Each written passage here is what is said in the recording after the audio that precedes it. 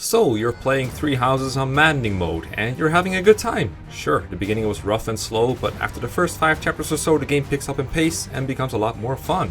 You get access to more classes, more weapons, more options. There's just more to it. So, you might think at this point that the worst is behind you. Well, you're wrong, because after the time skip, the most frustrating map in the game is waiting for you. Chapter 13, Hunting by Daybreak, also known as Reunion at Dawn, is unforgiving and unfair, and it's present in Golden Deer, Azure Moon, and Silver Snow. The only route where you don't have to go through this mess is Crimson Flower, which in my book is a good argument as to why it is the best route despite everything that's wrong with it. The biggest problem with Hunting by Daybreak is its lack of options. In almost every map so far, you are given a battle preps menu where you can determine which units to deploy in what position, and you can customize their class, their skills, their battalions, and their inventory. But Hunting by Daybreak says no, you don't get any of that. Instead, you are going to start with Byleth and your house leader in a fixed position, and your other students will join in on other fixed positions. And all around them, we're going to put incredibly speedy assassins and brawlers that can one-round kill most of your units. We're going to put so many of them that your units will be outnumbered and overwhelmed almost no matter where you go, no matter what class you put them in. And if you're unlucky enough to be playing the Blue Lions, also known as Azure Moon, there's an additional surprise for you. If you were diligent enough to put Dimitri in a flying class like the Wyvern Rider, the game says no, you are now a High Lord. While Seteth and Claude get to fly around on their Wyverns, Dimitri is stuck on foot and cannot escape his starting position before the enemies get to him. On Maddening, this chapter is so notoriously poorly designed and frustrating that it can cause soft locks for the players. There are setups for your units that make it impossible to complete this chapter, at least in a fashion that can be considered reliable. That means that if you didn't keep a backup save in the previous chapter, there is a chance that you have to redo a large portion of the game, if not all of it. And you know what the worst part of this map is? If you decide that you're done with it on Maddening, you cannot even lower the difficulty in the options menu. If you fail on this map on Maddening, your only option is to reset, skip through all the cutscenes and dialogue, and try again.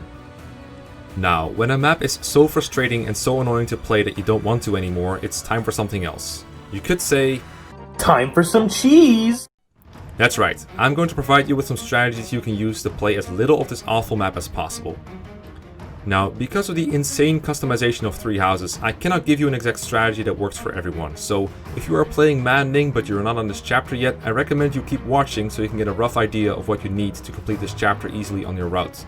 I promise you the requirements won't be too steep, and for most players I'm hoping that they have the requisite tools available to set this up during chapter 12.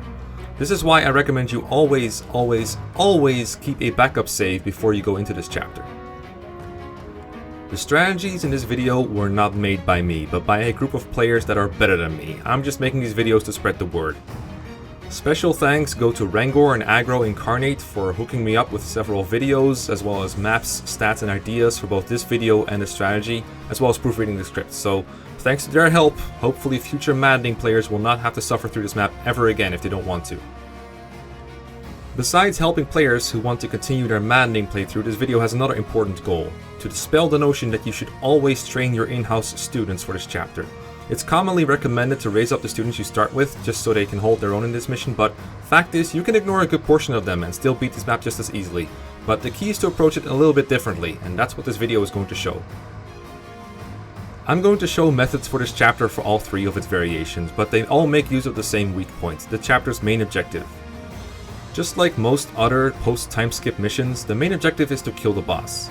In the case of chapter 13, that boss is Pallardo, and he's located on the right half of the map, usually just out of reach of your units. When you kill him, it turns out that he was just an imposter, and the real one comes out of hiding and tries to escape from the map. The location where he spawns is actually randomized at the start of the chapter. It can either be above or below the fake Pallardo starting point. While Pallardo seems to be too far away to kill quickly enough to make a difference, 3 Houses offers a lot of options to the player that give him just enough mobility to reach him before the enemies have a chance to overwhelm you. Mostly in the form of gambits. Battalions with the Stride and Impregnable Wall gambits will be very important. In addition, the most simple clears make use of the broken Wyvern Rider class to reach Pallardo quickly, as it can fly over most of the rough terrain to bypass most enemies. So the first clear I'm going to show is on the church route, made and commentated by Rangor, and he is pretty elaborate on what you need to hit all the thresholds for the chapter, so I'm just going to let him take over for a minute. Hello everyone, this is Rangor 997 with a Hunting by Daybreak skip. So we have Seteth, who's gonna kill the boss. and this is the 5-turn strategy.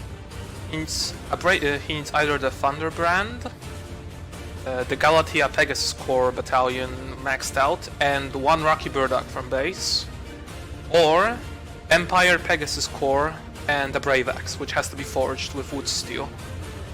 And then Byleth has to have the Reposition Combat Art from Mastering Soldier. So on turn 1 we begin by repositioning Sedef closer to that Thief, because we're gonna need to stand on his tile. Then Sedef is going to equip the Accuracy Ring and use the Lure Gambit to bait him out of the tile.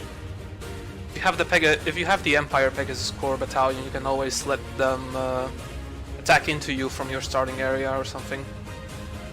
This Thief can be defeated in a multiple amount of ways. Just don't aggro the other enemies.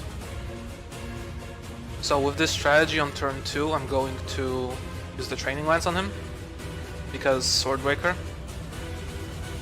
I should probably go over the inventory here. So Byleth's inventory doesn't actually matter, but Seth's does. You can also re-equip him in this chapter.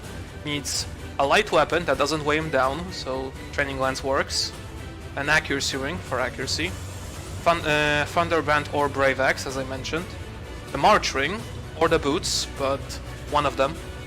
A Speed Ring from the Chapter 10 chest, and a Concoction. So on turn 2 you want your units to be positioned like this. Oh right, and Sedef also has the... This Sword Prowess would be replaced by Axe Prowess if you had the Brave Axe. And the Swordbreaker is relevant, and Lance Prowess for evasion. The other skills can be whatever, but since this is an untrained Sedef specifically, I go with Authority level 3 for the bonus damage on this one Thief. So here we have Petra, who has to have the Empire Armored Corps Battalion for Impregnable Wall, which we're going to use right now. Now, Byleth is going to reposition Sedef to put him forward, because on other routes you can just stride plus Impregnable Wall, since you get 2 units here, but you only get Petra here, so you have to improvise. If you equip the March Ring first, and if you have the Empire Pegasus Corps, you gambit from this tile, but since I have the Galatea Pegasus Corps, I do it from this tile. This one has to connect. This is to stun lock the enemies, not to do damage, just to stun lock them. And Sedef will move to this tile. And we let the enemy phase play out. Now, this is also possible to do without either Reposition or Smite on Byleth. If you have Byleth as the Wyvern, and they have both Boots and the March Ring, then you can also do this strategy, because then you actually have enough movement to do this. But if you don't, then this has to be the way you do it. So thanks to Impregnable Wall, I can't die. I'm using the 0% growth file just to show it off. Except that Sedef wasn't trained at all, other than the 1 Rocky Burdock, which I need for the Thunderband Galatea Pegasus Corps strategy. Now this brawler never gambits, so you don't have to worry about getting gambited. And with Impregnable Wall you survive anyway.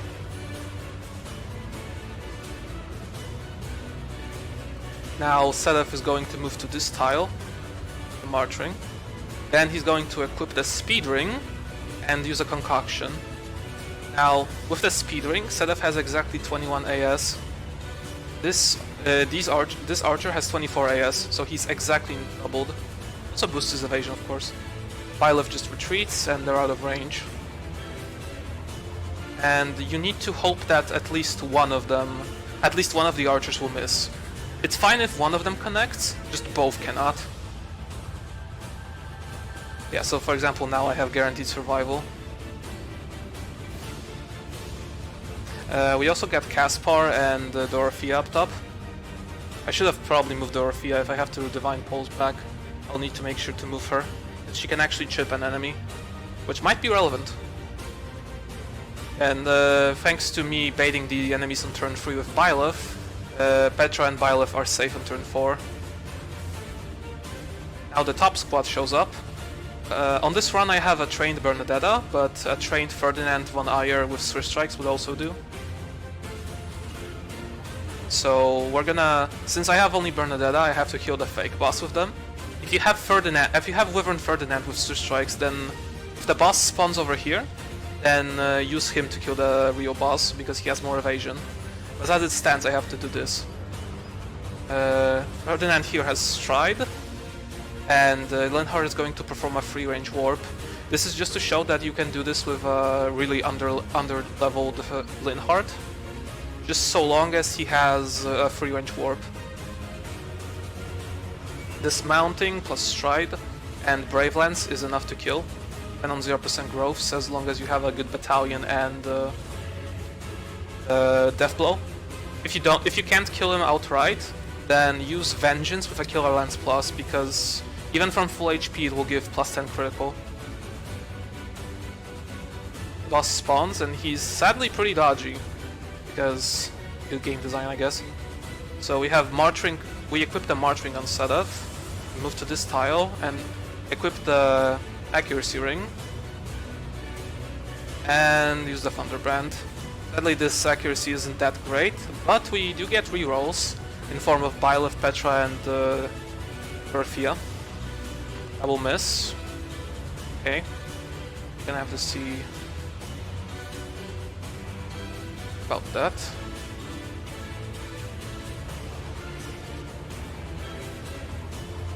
You can use Impregnable Wall again to bait these kinds of attacks. So now I'm advancing three times the RNs.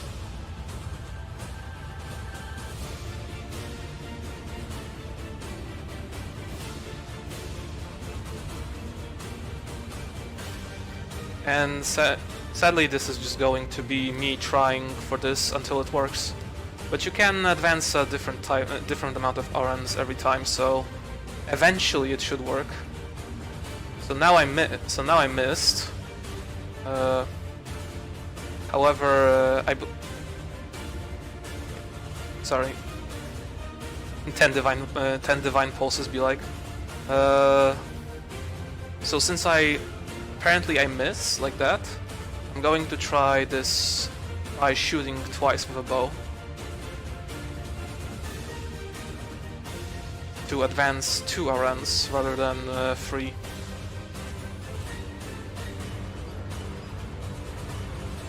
Again, if you were to target the fake boss with Sedath, then the fake boss has less evasion, so your accuracy will be higher, but you need Ferdinand in that case to attack the second boss, since... Well, unless Bernadette is also a Wyvern, but then you need higher attack. A Wyvern or Pegasus, but... Yeah, the attack threshold is higher then. Unless you're critting, then it's more... Well, it's easier to reach the attack threshold, but of course you need to crit, so... You win some, you lose some. And there we go. After advancing a different amount of RNs, Sedath gets the kill, and that is the 5th turn. Now, if you have both, Wyvern Bernadetta and Wyvern Ferdinand, then what you can actually do is give Linhardt Stride, have Bernadetta kill one of the bosses, and Ferdinand gets the Axe of Ukon Vasara chest. Or if you just have Peg Bernadetta and Wyvern Ferdinand, then you can get the Cursed Ashia sword chest. But yeah, this is the Hunting by Daybreak 5 turn. See you guys whenever I upload in the next 6 months. Now the second one I'm going to show is for the Golden Deer route, also known as Verdant Wind. This one was uploaded and actually commentated by Gambling Prince, although Rangor is the brain behind the strategy once again, so I'm just going to lazily copy and paste it in this video and hope he doesn't notice or sue me, since he commentated it better than I already could.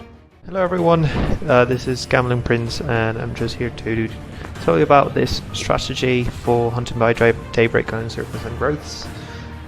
This strat is a variation of a strat made by Rangor, who gave it to me on Discord, and the main reason why I'm changing it a bit is because I don't have one of the resources that's kind of key to his strategy. So the first change I'm going to do is I'm going to have to kill that archer near the start, which I'm going to use Fallen Star for, and I'm going to rely on a crit, which it can be. You can manipulate the RN to get it. I get it on the first try here, but if you don't, then you can break bowl the thief or to reroll the RN. You can also use Ashes and Dust to reroll like a lesser amount of RNs to try again, and you would try it to kill him on the next turn. So yeah, that's the main thing. So here Claude doesn't die thanks to Fallen Star's effect of dodging the next combat, at any attack on the next combat. So now just Breakbow this Thief and move on. Again, if you either Ashes and Dust him or Breakbow him, then Byleth can kill him. So yeah, now Hilda and Leonie appear. Hilda has Stride, and I put it on her on the previous map, and it was specifically for this map that I put it on her. So now Claude is going to kill this brawler, mainly because if I don't, then he's going to rush Hilda and Leonie alongside that group on the right and kill them before I can end the map, which I really don't want, since Hilda is going to be Claude's backpack for the rest, for most of the playthrough from now on, helping him do more damage. So now I just strike Claude and Ashes and Dust this next group, which makes it so that they don't move, give me an extra turn to finish this map, which makes it so that they just can't reach Hilda and Leonie, which is exactly what I need. And I'll just place Claude on safety. I give Claude the boots, which are not really needed. I don't think. You can probably just use the March Ring, because I don't think I have it equipped right now, but yeah. I gave him the boost just for different reasons. So yeah, so now the rest of the map is pretty much the same as the strategy Rangor gave me. I will go up to here and kill this archer with an unnecessary crit by Claude, very nice.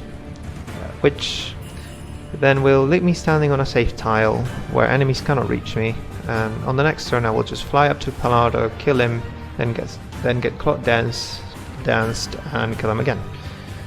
So yeah, thanks to the Ashes and Dust and killing that brawler, Leonie and Hilda are safe, and the enemies will not reach them before we end the map. So you can see, this turn we will end the map, so that's fine, but they're that close to them. So yeah, so now we just fly up to Pallardo and kill him with a Breakbow, which Claude can do at base if he has Strength +2 and Death Blow, which are kind of a must if you're doing 0% growth for Claude. So yeah, so I just kill him and canto my way to the right. So yeah, Pallardo, doesn't matter where he pops up, you can kill him again with Claude after he gets danced, because he can reach any of the spots that he can show up on. So yeah, I just canto with Claude, smite Marianne with Raphael, which I've been building Raphael's armor rank for that, and made sure that Lysace has enough range to do this, to warp Marianne and get Claude danced. So I just dance for Claude and fly up to Pallardo again and kill him a second time, ending the map. So yeah, it was most of the credit for this strategy goes to Rangor, because he told me basically his strategy, which is slight variation. You just use Impregnable Ball with Leonie on Claude, and then just fly and let the enemies walk to Claude, and then you get them far away enough from Leonie and Hilda so they don't die. So yeah, most credit goes to him, but I had to bury it because I didn't train Leonie's authority rank. So yeah, it's fairly reliable because you can re-roll the RN so many times at the beginning, and that's the only bit you need to rely a bit on a random number. But yeah, that's it for the strategy. Yeah, thanks for watching.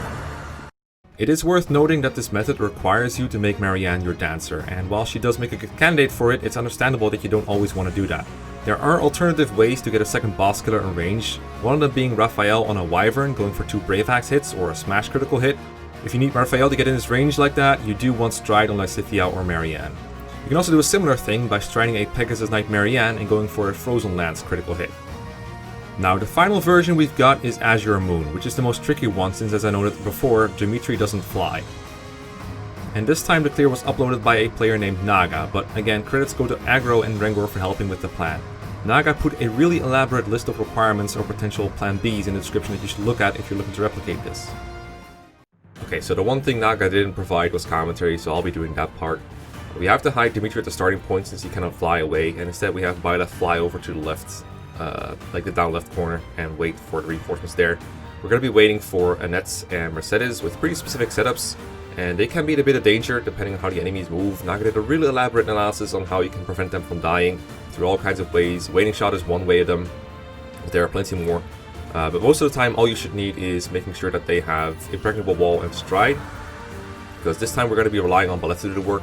We don't have a house leader that can kill the boss for us. So Byleth does need some kind of strength threshold and some other stats to ensure, well, maybe not a survival, but mostly offensive thresholds and a certain battalion. She's been Impregnable Walled, so she cannot die here. It is worth noting that even though Impregnable Wall makes you take 1 damage in combat and also deal 1 damage, it doesn't stop the bonus damage from Poison Strike, but other than that, Byleth doesn't face any significant damage. Now, instead of hiding out here like Seth did in the church route, we have her kill this archer, so she doesn't have to take a hit from him because Impregnable Wall is worn off, and we get a bullion as a result. And now she's actually in range of Pollardo already, and as you can see, Dimitri only had to face 1 enemy total, so it should be pretty easy to make him survive. He has the Silver Shield, I believe, and other than that, nothing really significant. Once again, units in the upper left are basically entirely ignored. You're never really in any danger. Now, the reinforcements this time are Felix, Sylvain, and Ingrid. Felix has a Stride Gambit. You can get a second one in the Blue Lines pretty easily. I think it's the Kingdom Knights. And you can also get the Godshade Knights from Sylvain's Paralog. If Ingrid had one more move, she could get the bottom chest with the Axe of Unga Bunga, or whatever you want to call it. But she has one more short as a Pegasus Knight. You can only get that one. And you have to settle for the sword instead. But that is fine. Now, Sylvain is arranged to kill the upper Pollardo, or the middle one, but not the bottom one. So what you can do in this case is, Byleth kills the first one, and Sylvain can kill the second one. But if he spawns bottom, what you can do is Divine Pulse back, have Sylvain kill the top one, and then you have Byleth kill the bottom one instead, because, as I said, it gets randomized at the start of the chapter. So 1 Divine Pulse should fix any misspawn issue. Now, Sylvain is actually really accurate because of the Sword Breaker and everything. So he's a very reliable killer as long as he's a Wyvern. But yeah, that's the Blue Lions one. It looks more simple than it is once you've got it figured out. Now, there's a lot more to this clear than I can explain in about the 2 minutes it takes to play this sped up twice. So just check out Naga's description as well as his paste bin on how to make the Net and Mercedes survive. Hopefully, these cheese clears give you an idea of how you can beat this terrible map without actually having to fight all these dodgy enemies straight onwards. And hopefully, we can once and for all put the idea to rest that you have to train all of your in-house students to beat this chapter. Particularly, the units that spawn in the top left can be completely left alone, which is good, since they aren't necessarily the best units available in each house. Some of these clears do require certain benchmarks, particularly the Flying Byleth in the Azure Moon routes, and of course your boss killers need to be able to KO Pollardo in 1 round. In particular, you need to pay attention to Pollardo's HP and protection. You need 48 attack to KO either form of them. I know it looks like one form has less protection than the other one, but that one is also on a heal plus tile that gives +1 protection that isn't shown in stat screen. So 48 attack is the benchmark you need to reach for your boss killers. But making sure you have these tools available by chapter 12 should be much less daunting than playing this map the intended way, especially since a lot of these are just good ideas regardless. That's all I got. All the links to the videos used in this one are in the description. Thanks to everyone who made this possible, and I will see you all next time.